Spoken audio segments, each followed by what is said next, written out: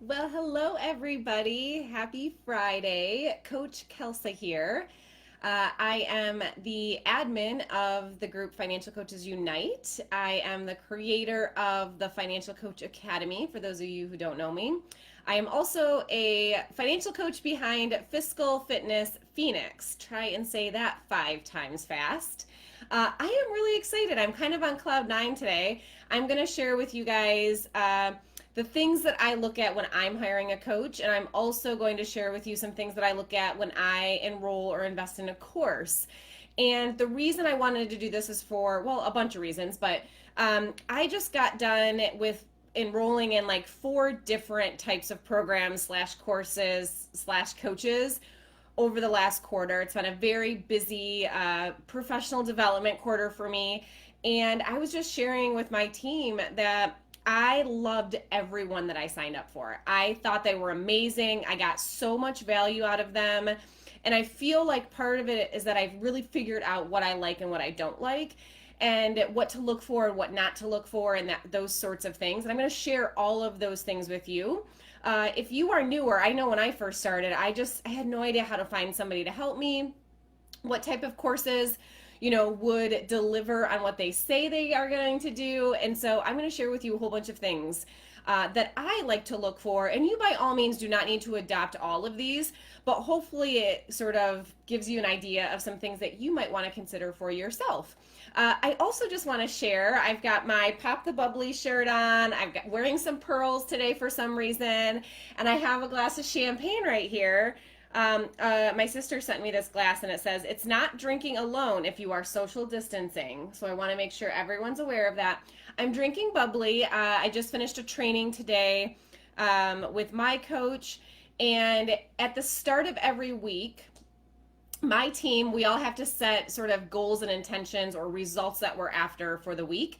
And at the end of the week, we have to report in on those and say, like, did we accomplish them? Did we not? And this week, today it's Friday, I accomplished everything on my list, and it feels amazing. I'm definitely celebrating with a glass of champagne because we all know some weeks are easier than others, and some weeks are just really damn hard. And this was an amazing week. I am feeling like we accomplished so much. Feel like we are just rocking and rolling on my team, and I feel really proud of that. So, cheers to that really fast. So, let's dive in to what you should look for when you're hiring a coach or investing in a course. And you guys know me. I can see some of you are joining. Hello. I have some notes on my screen just to make sure I stay on track and focused. So if you see me glancing over, it's just I'm looking at the bullet points. So I want to make sure that I point out something really quickly before I dive in. Some of you may be thinking, well, she's saying all these things because she has a course or she has a program or something like that. And I want to just address that really quickly because I think that that's a fair assumption, but I actually believe it's a backwards assumption. You may be thinking that I'm going to say all of these things because my course is designed this way, but I want you to know my course is designed the way it is because I love these things. So if you're thinking it's the opposite, you actually have it reversed. So the reason we designed the academy the way we did, the reason we designed our client coaching program the way we did is because it seems to be what works really well for me. And if I'm attracting my people, my tribe, the people who resonate with me, then chances are they're going to love these, features as well, or these characteristics. These are all the same things they're going to be looking for. So that's why we add them in the course. This is what makes sense to us, okay? Now, the first thing I want to talk with you about is this concept of market saturation. So market saturation is essentially, one way of thinking about it is like as more and more financial coaches become financial coaches, right? Then the market, the industry could become saturated. I don't think we're going to hit this in my lifetime. There's simply too many people who struggle with money and too few financial coaches at this stage to really experience like over abundance of market saturation. But market saturation, if you think about it, is actually on a huge spectrum. So in every day that another financial coach decides to hang their hat and call themselves a financial coach, the more and more saturated we're becoming. So we're just moving on that scale. we're still really far away from total saturation. But if you think about like how many massage therapists are there, how many realtors are there, how many financial advisors, we are nowhere near that level when it comes to financial coaching. But what happens with market saturation is two different things. The first one is an increase in consumer sophistication and also consumer skepticism. And this is one thing that's going to cause a ripple effect with that, is that all of us financial coaches will have to really work hard to up level our messaging, our branding, our marketing, that kind of thing, because as more and more coaches come out, we have to really hone our message and be very clear and crisp and concise on who it is that we help and how we help them and all of that. So we've got to be really good at that. I'm actually going to do a part 2 to this video where I address up leveling your marketing as a result of market saturation. So as more and more financial coaches come out, how can all of us get better with our own marketing so that we are attracting our right people and they know, like, yes, that's my girl, or no, that's not. Okay, so I'm going to do a whole separate video on that piece of it. And keep in mind, when I say consumer sophistication, I don't mean as in like academic sophistication. I mean that they have more choices, so they're going to be doing more research. They're going to be looking for pros and cons of different people and trying to see the differences. So we all have to be really crystal clear, really accurate in how we are portraying our services to them. But the second thing that can happen with market sophistication, or excuse me, saturation, is an increase in sort of storm chasers, if you will. So those who flock to an area to get rich quick. So you might have heard of these people, like sometimes you might have heard of like certain contractors who will go into a town after a hurricane and seek to feed off the needs of the community, for example. Those are like storm chasers in that sense, or they're like just trying to get in early so that they can make a lot of money and sort of tap into it. And unfortunately, when this starts to happen inside of an industry, it can unfortunately attract people that don't have the best of intentions. So maybe you find that their actions are simply questionable or suspicious. Sometimes they're downright untrustworthy. But the idea is that as an industry grows, people start seeing it as like something that they want a piece of, right? And this is likely going to happen in the space of financial coaching. The more that this industry grows in this profession, which I am all for that happening, it is going to be that more and more people start coming into the space, and we all have to have a heightened sense of, really high standards, if you will, on who we want to have help us, who do we want to hire, and that kind of thing. And that's why I wanted to do this video of like things that I look at before I hire somebody. So let's see. Hopefully these spark an idea for you of some characteristics that are important to you. You do not have to adopt all of the same ones as me, but let's go ahead and dive in. And if you are joining me live on this video, go ahead and tell me what you think of these in the comments, like as I'm saying them, okay? So number 1 is, what is the instructor's background and experience? And not just what they say is their experience or their background, but really make sure you research it. This is something that I like to do. I like to kind of like go back further in LinkedIn. I like to kind of track back if they said they had this role 5 years ago. I like to go and try and find that. You can oftentimes look back years on someone's feed and see like what kinds of things were they posting and what were they up to. If they are claiming to understand financial coaching, for example, well, were they a financial coach? My business coach now that I hired is not a financial coach. She never has been, but she also doesn't claim to be. So she is an expert for service-based business owners, which is what I am. So to me, it worked great. I really liked her. I'm going to go through some of the other ways that I decided to hire her when I get through the other 10 points. I will also say that when it comes to their experience and their background, you may want to consider whether or not credentials are important to you or not. I've said this many times before, credentials for me are not that big of a deal. My grandfather had an 8th grade education, and yet he was an incredibly well-respected businessman in our community. Everybody just, loved him and adored him, and he had a successful business. So I don't think it necessarily makes or break you. Now, I don't think you need to have credentials to be successful.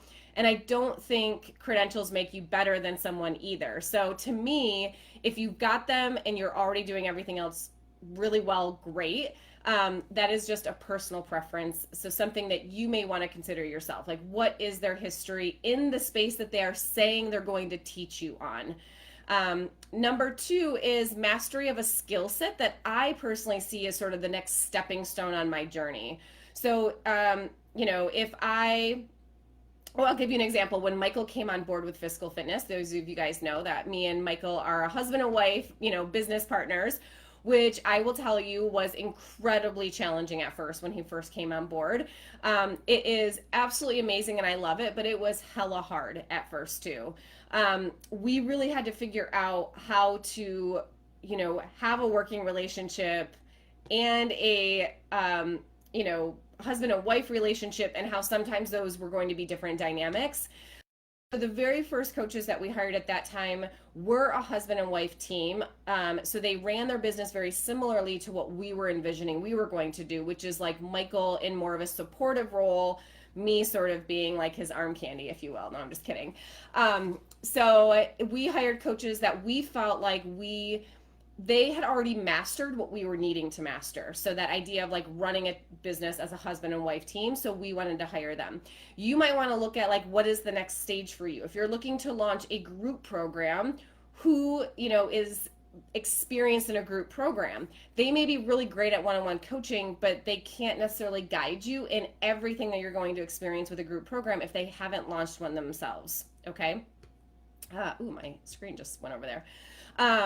So I have also shared with you guys that I want to take my business to over $1 million. I just feel like, I read something, a few years ago that said fewer than 2% of female business owners take their business past $1 million. And so I sort of heard that and I thought, challenge accepted. I just think that would be really amazing to be part of that minority. And so right now, the group that I'm in is a woman who has a multi seven-figure business. She also doesn't make it that's all she's about, because I don't want to reach seven figures if that means I have to either like kill myself, not have work-life balance, not serve people really well. Like, to me, impact is more important, and I just want the income to follow. And so I needed somebody who was in alignment with that as well, which I felt like she was. So she runs multiple seven figures. Everyone in the group program is either already at seven figures or multiple seven figures, or very, very close. And so that actually brings me to point number three, which is that I want to be a little intimidated by you if I'm going to hire you. So if I am hiring you as my coach, as my mentor, I need to respect, but also like be a little intimidated by you. And this is just something that I have found works really well for me. I am a hard worker and I'm a problem solver naturally, and I know that I can probably figure things out on my own if I had to. It's more that I want to hire a coach. And if I personally feel as if I'm going to run circles around somebody, then it's just not going to go well. Like, that is not somebody that I can respect. I need to know somebody is going to be one step ahead of me a little bit. Like, I need to feel like they are challenging me, not that like I'm challenging them to like make sure that I'm being taken care of as a client. Okay. So again, just something that works well for me. So I'm going to recap the first three. Number one, what is the instructor's background or experience, or the coach, right? Depending on if it's a course or a program. What's their background and experience, and making sure you're verifying that and researching it and that sort of thing, and that they're not just like saying in a way that makes it sound like it's accurate when really it's not. Number two, mastery of a skill set that I am seeing is one step ahead of me, or sort of where I'm going, and I just don't know how to get there. I want somebody who is like there or past that. And then number three, being a little intimidated by that person that you're going to hire. And that is not to say you have to do everything they say. It is still my business. It's still my voice. I still need to have clarity of mind to know when to ask more questions or when to challenge an idea that they're providing to me. But I also just need to know that like I respect you so much, it's almost a little intimidating. Okay. Let's see. Derek says, what if a coach or consultant can challenge you, but do it in a way that's not intimidating? And I don't think that's a good question. I don't think they intimidate me when they're challenging me. I think it's just overall, I am like just in awe of this person that persona intimidates me. So it's not like their style is intimidation by any means. That is definitely not what I mean. So sorry if that is how that came out. It's more like I am just, I put them on a pedestal a little bit. Is probably a different way of saying it, in the sense that like I want to be where they are someday. Okay. Number four, I always research the promises that they're making in their marketing. This is definitely something that I learned the hard way after hiring a coach early on that made a lot of promises and said all the right things. But there were some red flags that I just didn't know to catch. So I'm going to talk about some of those here. And I know from talking with some of you, in like at the retreat in January, some of you have done this too, where you've hired somebody, thought that they were going to be amazing, and it just like fell short of what they promised. So I'm going to give you some examples. If a person says, I've helped 1,000 people reach financial freedom, that is not the same as saying that they are a financial coach. Okay. So you could say that I've helped 1,000 people reach financial freedom as a financial advisor, as like if you're in your upline for a multi-level marketing company, like if you're downline, you could easily say that that's what you're helping them to do. And so if they're selling it as like, I understand financial coaching because this is what I've done, I'm probably going to go through and research that and be like, well, how did you do that though? And is it in line with like how I want to do it for my business? If you say that you've like helped hundreds of small business owners launch a course, or you've helped hundreds of small business owners, financial coaches reach six figures, for example, I am going to actually go and look for those people. So a lot of people will give testimonials on their website as far as like a person's name, business name, and they'll say, launched a successful course or something like that. I'm probably going to go down a rabbit hole a little bit and just check out some things. Like, is this person still in business? Is this person like raving about this person online? Like, is this real? I guess is one way that I look at it. If they are saying that they've helped hundreds of people do something, chances are there are testimonials someplace, or there should be.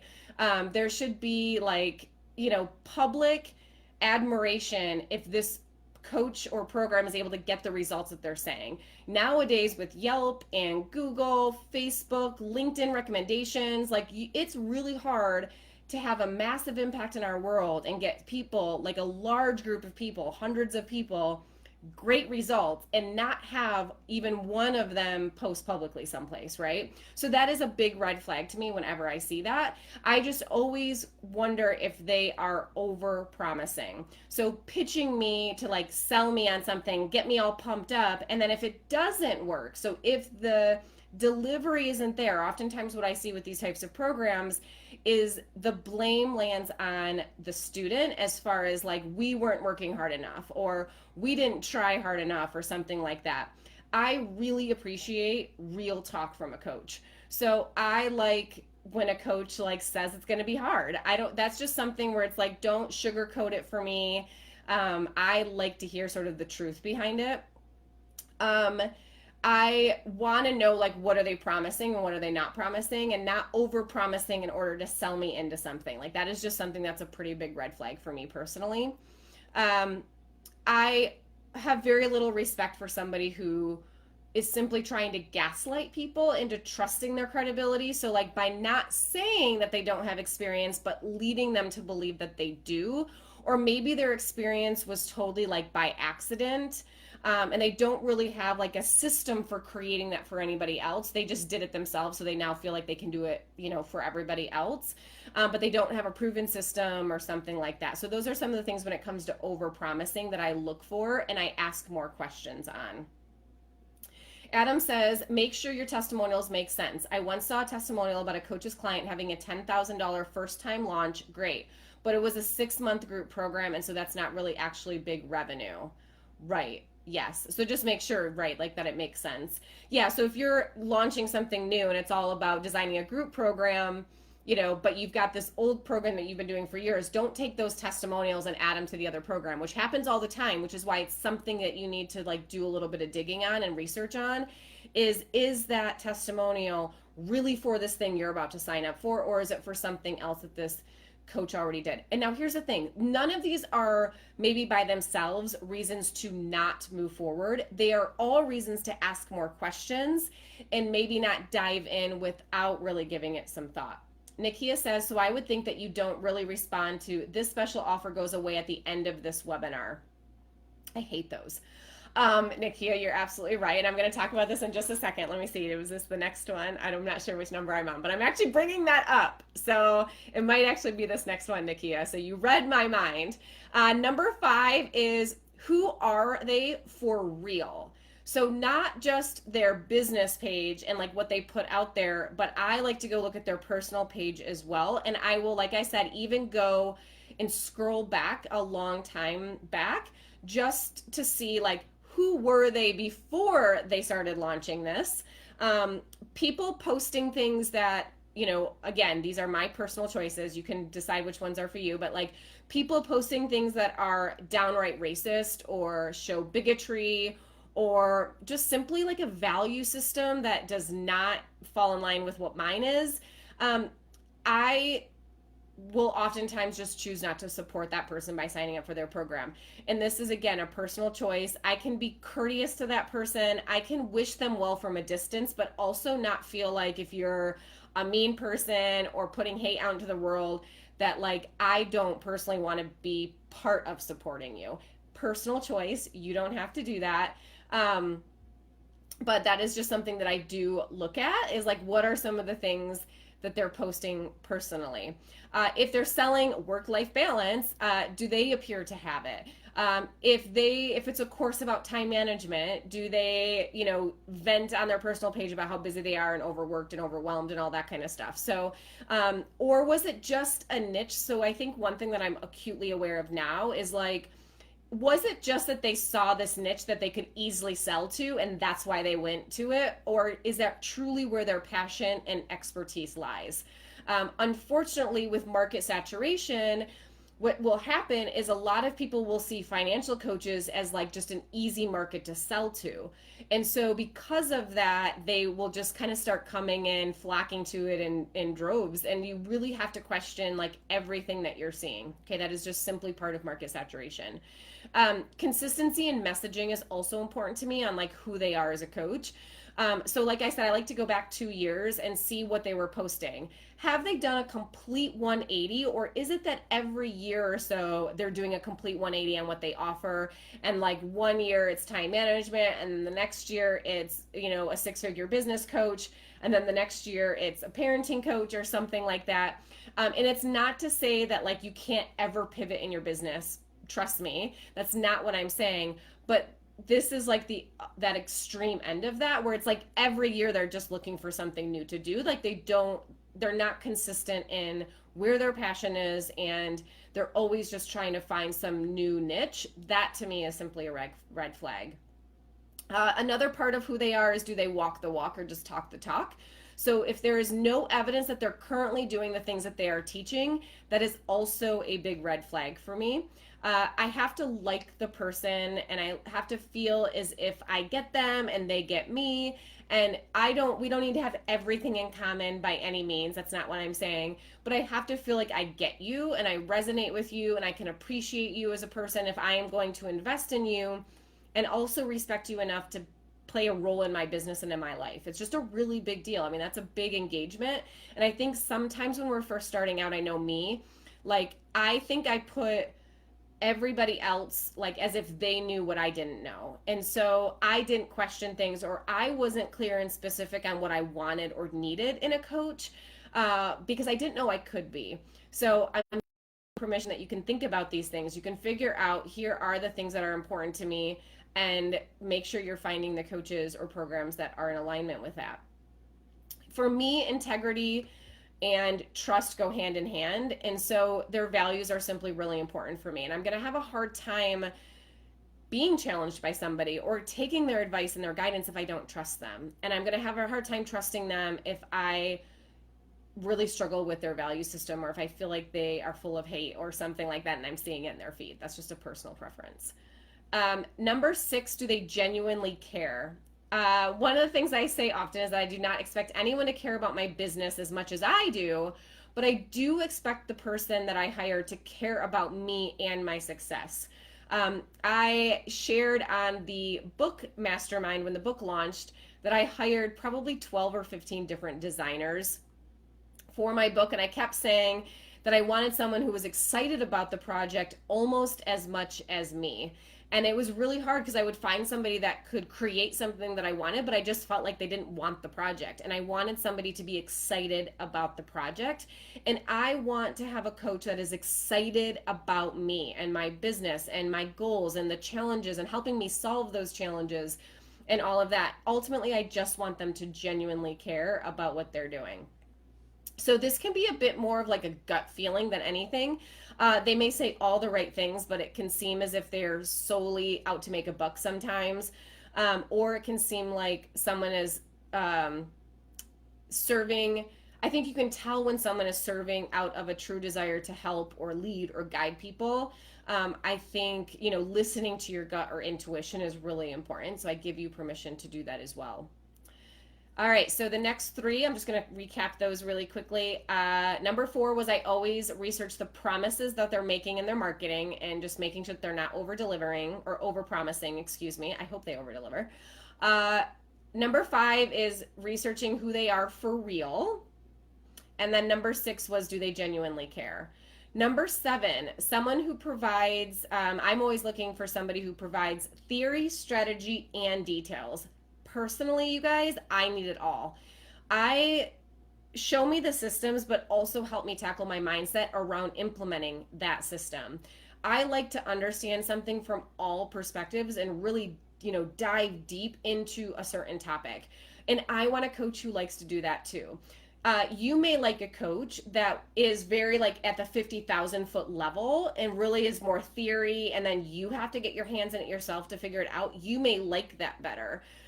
You may like somebody who doesn't do the 50,000 foot overview and is really hands-on with the systems or nuts and bolts.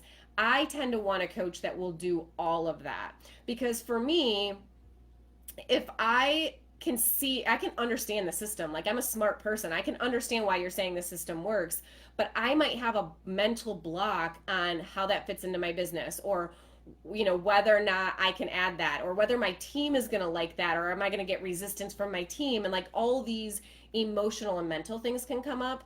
And so I need a coach who's going to like wrap their head around all of it with me.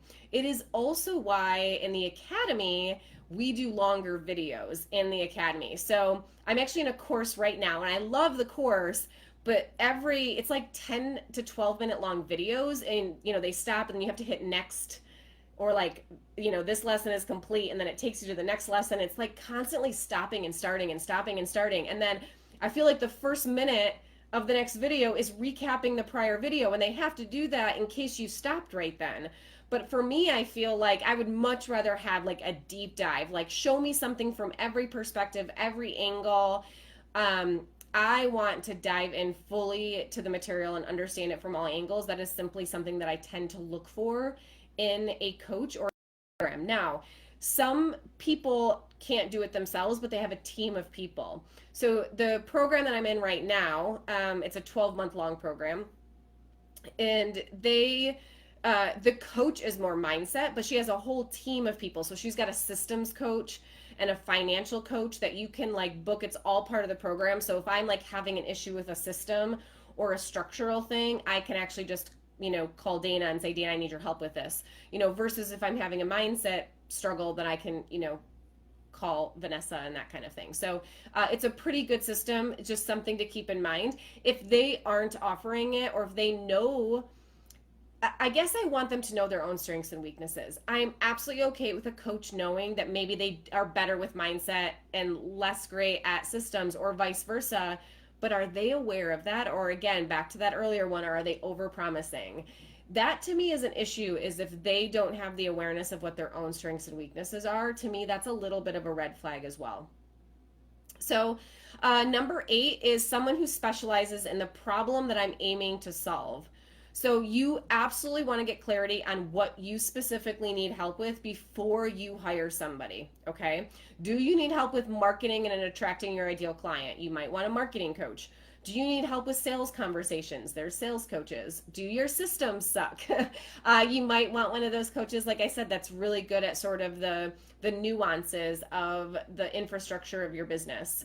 Do you need more skills when it comes to coaching the client? So you might want somebody who really specializes in soft skills or has coached clients before and can tell you how they do it. And maybe it's something like time management. There's time management coaches. Maybe it's, team dynamic and you want somebody to help you manage your team better. But get really specific on the area that you need help with and look for somebody who specializes in that. And here is also a little secret. If after reflecting and pondering for a little while on the main problem that you're experiencing, and if you still can't pinpoint exactly what it is, chances are it's your mindset. Okay, so you're probably going to need to find a mindset coach or sort of like a business strategist, somebody who's going to help you with the overview of things to help you get out of your own way a little bit. So if you're really thinking about that and you're like, I know my business isn't what I want, I'm dissatisfied or I'm unhappy with it, or I can tell it's clunky or something's wrong, but you can't exactly put your finger on what part of it, it might be mindset. Just a little tip there, okay? Let's see. The other thing when looking at what they specialize in is what is the result that they say you're going to gain from working with them. So looking at the end result. Do not look at like I get X number of sessions and all of that. That is secondary to the fact that they can get you the result you're after. So if you are looking to, attract your ideal client or talk to your ideal client better, what is the result that they're saying you're going to have at the end of that program? Is it going to be a confidence thing? Is it something intangible? Are you going to have, a whole robust set of like marketing material you created because you now have more confidence? Like get really clear and don't be afraid to ask them at the end of this program, what should I expect to see differently about what I have today? That is something that they should know. And if not, hopefully it's already in their own marketing. But if not, don't be afraid to ask them that question. Number 9, ease of receiving coaching. So me personally, I want there to be a clear system in place for scheduling with them so that it's easy. I have actually been looking for a health coach, you guys, for the last 3 weeks. And I've interviewed a few of them, and so many of them don't have like an online scheduler. And there's this constant waste of time, if you ask me, like going back and forth in email of like just trying to get a consult with them scheduled. And I imagine if this is someone that I'm going to work with every week on like my health goals, and every week I have to do this all over again to get scheduled with you, I am way too busy. I need it to be easier. I need there to not be any simple excuses like that. So ease of receiving the coaching and guidance, like that is just something that's really important to me, is like I need to know exactly how I can get a hold of you. What are the systems that you have in place? What's the expectation? What does that look like? And I just need it to be something fast and easy. Let's see. So recap those last 3. Number 7 was someone who provides theory, strategy, and details. Number 8, someone who specializes in the problem that I'm aiming to solve and gets me the results that I'm after. Number 9, ease of receiving coaching is there. Number 10, if they're offering something for free, ask why. So I am probably going to consume everything for free first. If a coach is offering it, I want to make sure that like everything they're delivering, if I can learn from you, if I can gain from you, if I can get some really cool insights or put some changes in place based off of your free content, I am much more likely to invest with you at a higher level because I am going to be that much more inclined to trust that there's even more that you can deliver. There are a lot of reasons that people offer things for free. We may all do something similar. Maybe it is, and I want to make sure you guys know, it's not inherently bad if they're offering something for free. It's why are they offering it for free? So some people do it to gain experience or let's say certification hours. So if you are looking to hire a life coach and they're looking for a life coach certification, they might have so many hours that they have to do for free in order to pass certification. And that's not a bad reason, right? Like, great, that is a wonderful reason. Some people do it because they truly want to, offer coaching or offer their services as a ministry. That's beautiful. More power to them. Some people, however, and unfortunately, do it as a bait and switch. And this is what I don't like. Um, let's say they offer something for free, and let's say they help you design a bunch of Instagram images for your marketing. Okay, so it's an Instagram marketing course, and by the end of the course you're going to have 52 different images for your Instagram, so one a week for the next year. But in order, and that's free, right? You're thinking, well, hell yeah, of course I'm going to sign up. And then you take the time, you invest the energy to create those 52 images, and then in order to actually receive them, you have to pay or keep paying a subscription fee to them on the back end of the free offer. I'm going to be honest, that shit pisses me off. It drives me crazy that they would expect you to invest all of that time and energy and not communicate that on the front end. It is just one of those massive pet peeves of mine. So if you, let's say, hired somebody to help you build your business for free, but in order, during the course, you build out all of your business infrastructure. But at the end of that, the only way that it works is if you pay for their software, let's say, or, you pay for their monthly subscription. I just want you to be aware of that. Like, I just think they should communicate that up front, that is what they're doing. Offer a free training for people who want to use your software and don't know how to use it. Go right ahead and do that. But to, help somebody build out their whole business for free, and then on the back end require that in order for everything they just did in the course to work, that they have to pay you a monthly software subscription, that, to me, that requires a whole nother level of research. So is that software you're about to sign up for, is it the best value? Does it meet all of your needs? What if you put in all of that time and energy to build out your infrastructure, then you pay for that software only to find out that it's not even what you would have chosen if you had the choice on the front end, right? So to me now it feels like all that hard work is lost. All of it was for nothing. And to me, it's those bait and switch scenarios that really, really bother me. Now, we have a free preview for the Academy. So lesson 1, we have a free preview for that. We also have a free preview for the Financial Coaching Toolkit. So the reason we do that, though, is because we want you to try it before you buy. We want to make sure it's a good fit for you. There is no catch to that. It's not like you do something then you lose it or anything like that. There is no switch on the back end. It is simply meant to be a way for, before someone makes a large investment, if they're torn between options and if they're not sure if they should do it or not, it is meant to be there to help you make your decision, not rope you into the decision and then keep you longer on the back end. Okay.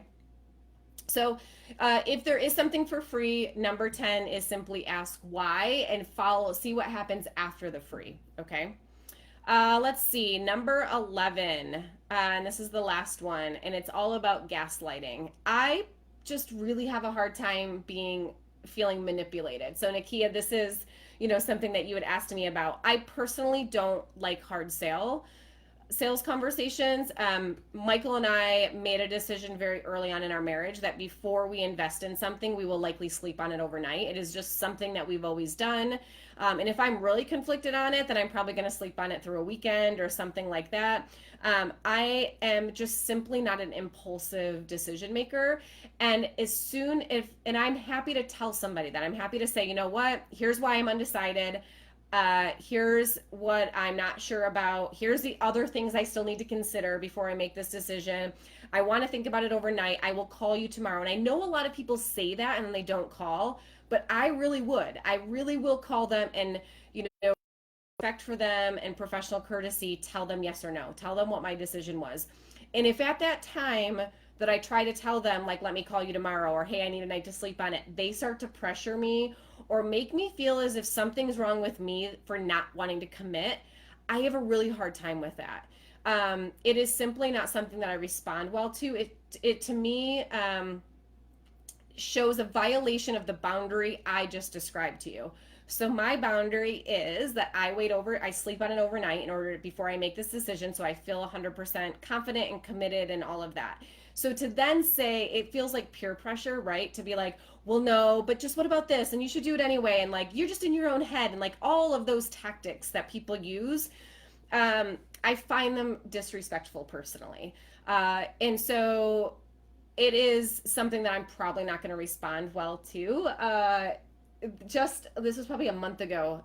Yelp called, and I'm sure you guys have received calls from the Yelp salespeople. If you have a business page on Yelp, you know what I'm talking about. If you don't have one on there yet, you've been warned. Okay, as soon as you put your information out there, they start calling you, and they want you to do a paid ad for your page. This was like right, probably a month ago, height of COVID-19, all of that. And they called, and I was very nice, and I said, do you mind circling back in a month? Like, this is just not something I really want to even consider right now. It's not even on my radar. I don't have the mental bandwidth to even figure this out right now. We've got a lot of moving parts right now. We're very busy. Do you mind calling me back in a month? He refused to hang up the phone. He kept saying, no, but what about this? And I kept saying, I understand everything you're saying. I'm just asking if you can tell me in a month, right? Like, I'm not going to make this decision today. Kept hounding me, like borderline, not just persistent, but like way beyond persistence. And after a while, I just said, you know what? Forget it. I tried to tell you to call me in a month. Do not call me. Remove my name from your call list. Do not call me again. Like, you could have possibly talked to me in a month, and now you can't. So that is just sort of the way I tend to respond to that kind of stuff. So just something else for you to consider as well. And gaslighting, if you guys don't know, is a form of manipulation where they make you feel like you're bad, or you're not really committed to your business, or you don't really care about your growth, or you're a scaredy cat, or you're a coward for not committing. Like, you're wrong because you're not moving forward. That is manipulation. And to me, if that is how you run your business, and I'm about to get coached by you for my business, that is not how I want to run my business. And so if you're doing that, you may try and tell me I need to do that, and I am not going to respond well to that. So to me, that's immediately like, we probably have a value system that's off, that manipulation is okay to you and it's not okay to me. So if anybody has, done a Q&A call with me for the Academy, the conversation usually ends with like, I would love to have you in the Academy. If you've got any more questions though, please feel free to reach out to me, schedule another one of these calls, no pressure, right? Like, that is really how it goes. There are some of you too I've spoken with, and I've said, yeah, based on what you've got going on and what you're looking for, the Academy is not the right fit for you. It's not going to serve you with what you need and that sort of thing. And to me, like, that's the purpose of those calls, is to make sure the person, any hesitations they have, or if they're feeling conflicted or torn, they know what the answer is. They still get to make the decision based on that knowledge and that awareness now. Are they ready? That is completely still up to the person. Let's see. Nakia says, I do too. They usually try to make you feel like you just need to stop being a punk and sign up. Right? I do not understand. That is never how we're going to do things with Fiscal Fitness. That's for sure. Okay. So those are the 11 things. Number 10, just as a reminder, was if they're offering something for free, ask why. And number 11 was just the gaslighting, the manipulation tactics, that kind of thing. And the more of these types of conversations you have, like if you're considering a program, or if you're thinking of hiring a coach or a course and you talk to somebody, the more you do that, the more you become aware of when it's happening and when it's not happening. Just so you know, like, it is something that I think you get better at recognizing. So I wanted to share 6 things when I'm looking for a course specifically. So this is where, like, the first one is a program, maybe a coach that is your mentor, you get private time, that sort of thing. This is like an online course, maybe like a group course. So here are some of the things that I look for when it comes to a course. The first one is, who teaches the course, and do I resonate with their teaching style? Do they explain things in a way I can understand? Do I appreciate their energy, or do they bore me? Do they get me fired up? So one of the things that I'll do during a Q&A call for the Academy is, if somebody is not in this group, I mean, come on, first of all, they should totally be in this group. But the second thing is, I say, listen, before you invest in the Academy, join the group, go to the video section, watch some of the videos I've done, see if you like the way I'm explaining things, the way I'm teaching, my energy.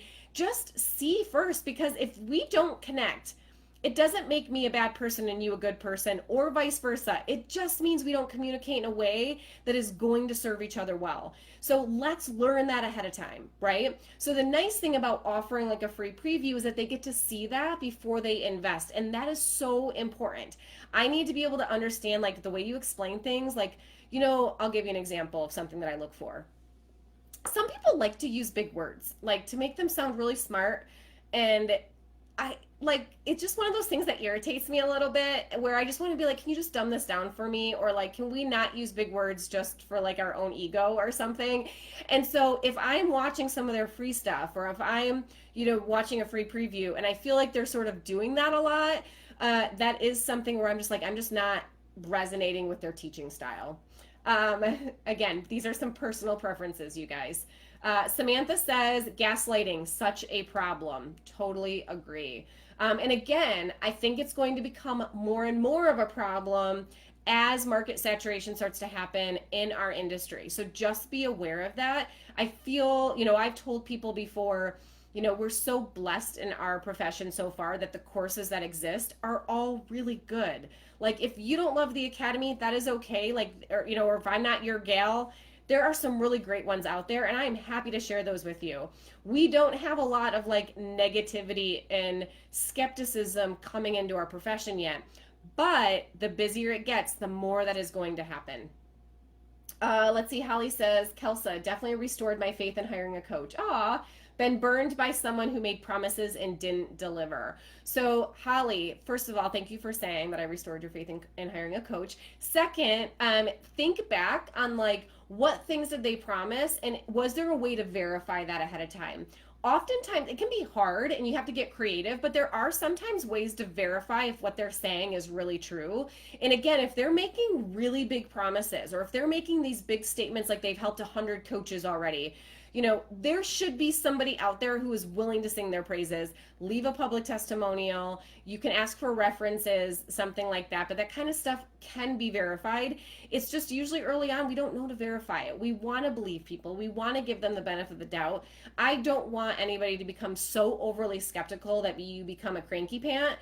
But I want it to be that you are skeptical for your own good. Okay, so just do a little bit more research, just do a little bit more digging before you hire somebody. So question everything that you're seeing to start. Okay, let's see. So who teaches the course? Number 2, does it provide me with what I need and want? So what is the area of my business that I'm trying to solve, or the area I'm trying to become more skilled in? And does the course deliver on that? Again, being very specific. So the course that I just signed up for about a week ago is Tribe by Stu McLaren, and it's all about specifically launching a membership. And we have been talking about this in our business, Fiscal Fitness, for a while, launching a membership site. And so I knew it was coming. I don't know much about a membership. I know some of you in this group have them. Kudos to you. This is not something that I feel very skilled in, and I want to be skilled in it so that when we launch, it's that much more successful, or the chances of it being a hit are there. And so I signed up to take his course because it was very specifically about the area that I needed. Number 3, what is the philosophy around the topic that they're teaching on? This is another thing that I like to talk with coaches about when I do a Q&A call with them for the academy, is what is your philosophy on personal finance?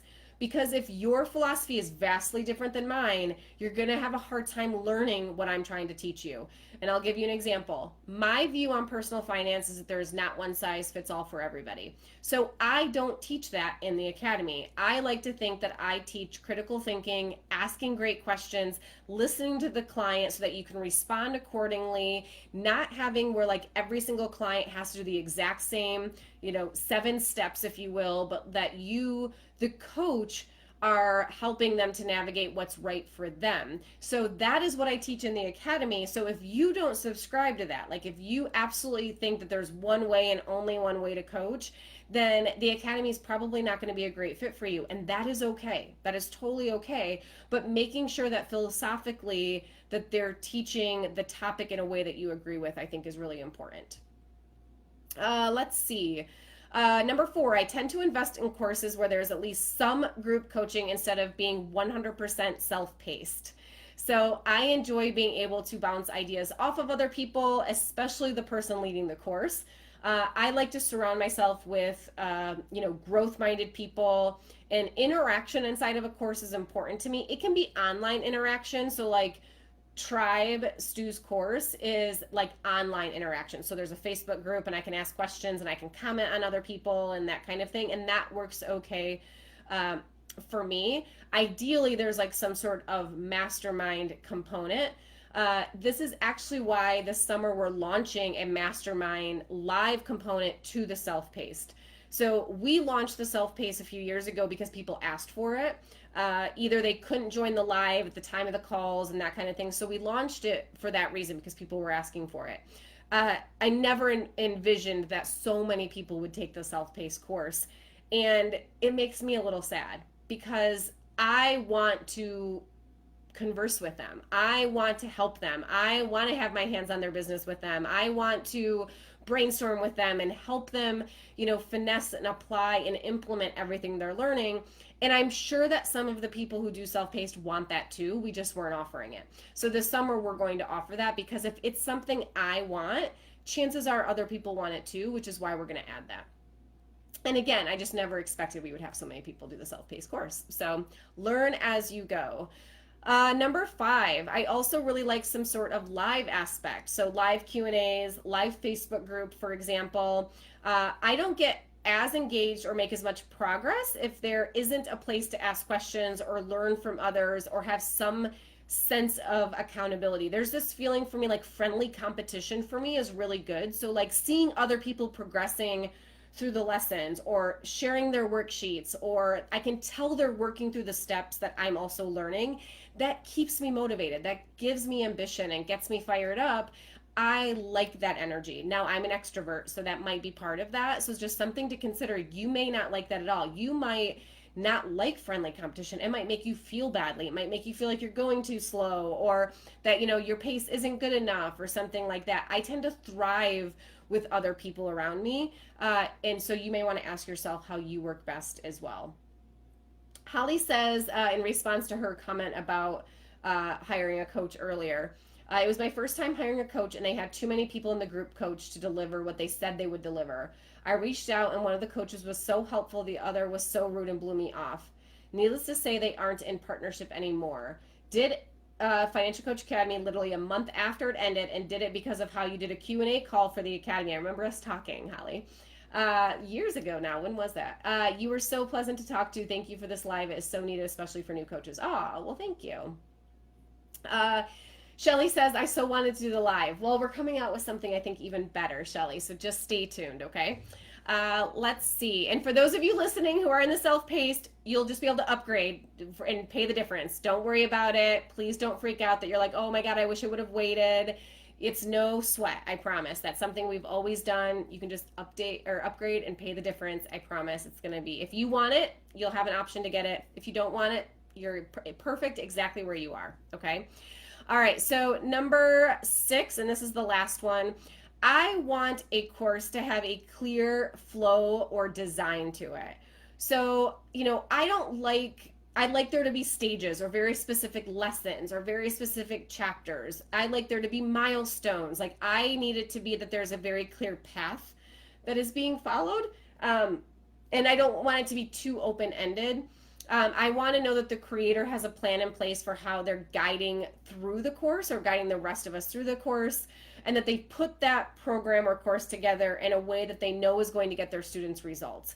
To me, again, maybe that's because from the perspective of the Academy, it was such an art form of really figuring out like how do we design the flow of this to be as best as possible.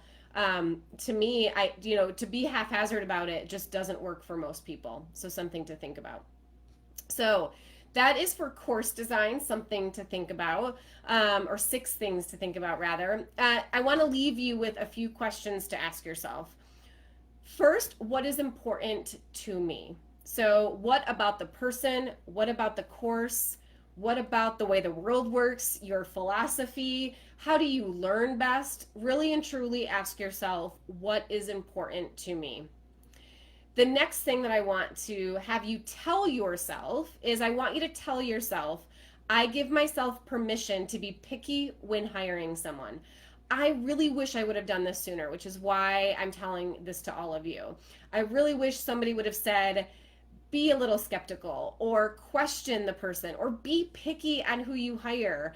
I, was not that way at first. And, I definitely found myself struggling through courses or programs that really weren't what was right for me. And so, really giving yourself permission, if you know that you don't work great in groups, avoid group programs then, okay? Or ask yourself what would make that work well for you. But be picky. It is okay. Be patient. I promise you, this is remind yourself to be patient and listen to your gut. Chances are, if you're like, gut is like yelling at you that this isn't a good fit, it's probably not a good fit, okay? If your gut is telling you that that person rubs you the wrong way, it's probably a reason for that. It doesn't even matter why, okay? They don't have to be a bad person. It's just not the person you maybe need to be learning from. And be patient. Keep trying to look for the course or the coach or whatever that is right for you. Ask a lot of questions to people in the industry on which ones they liked, but be patient because the right one will come along, and it's not worth diving into the wrong one. It's so much better just to wait. So I'm going to end with a quote. Thank you to all of you who joined me. Nakia says, sort of related, non-related, do you think that you design your programs based on how you like to learn? It seems so, but it is what you were thinking when you designed the academy. Definitely. Yeah, I mean, I knew that I liked longer videos compared to shorter videos, and I know not everyone loves that, but that was just sort of like I wanted to deep dive into a topic and not keep stopping. I like things to be linear, so things are very linear. It tends to be very step by step, like, lesson two builds on lesson one and that sort of thing. That's just sort of the way my brain works. I tend to be a visual learner, so there's a lot of visual, handouts and that sort of thing in the academy. We have added things out of request from other people and the feedback we've gotten. So now, the lesson is transcribed. We upload them to YouTube so that you can read and you can do closed captioning on the video if you choose to. So if you prefer to read the content versus like listen to a video, you can. We also upload an audio file, so we're trying to cater to everyone's learning style as best as possible, but there are some things that I know I wanted a group format. I like community. I like that little bit of friendly competition that happens. Like I said, people could lean on each other and share ideas, and when someone asks a question, they ask a question you didn't even realize you had, but then they asked it and you're like, oh yeah, I need to know the answer to that too. Those are all things that tend to fuel me when I'm learning, which is why we added a lot of those to the academy. Let's see. So the quote to end this video, please let me know what you think of these 11 things to look at before investing in a program or hiring a coach, and then 6 things to consider before investing in a course, excuse me. The quote is, as you become more clear about who you really are, you'll be better able to decide what is best for you the first time around. And that was by Oprah Winfrey. So thought it was pretty perfect for today's video. So I hope this was helpful. I will talk to you guys soon. Bye, everybody.